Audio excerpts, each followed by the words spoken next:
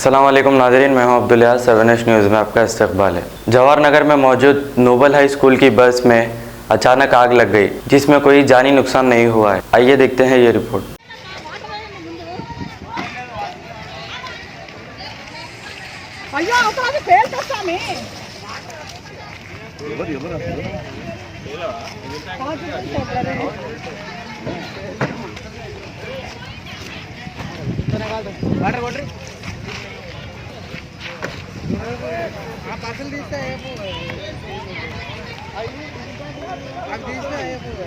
अरे पसंद नहीं है भाई,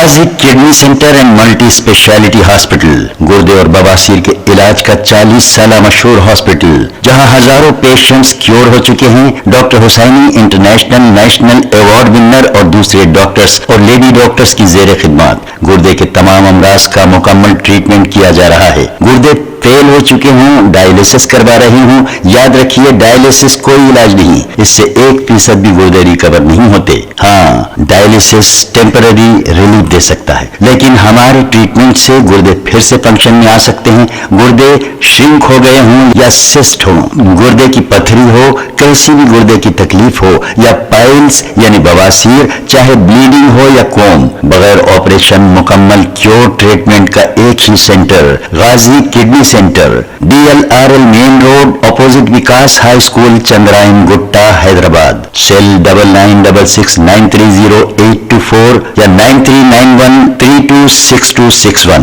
अब करेंगे आपको अपडेट, तो लाइक कीजिए, शेयर कीजिए, चर्चा करना ना भूले। चैनल न्यूज़ आपकी आवाज़।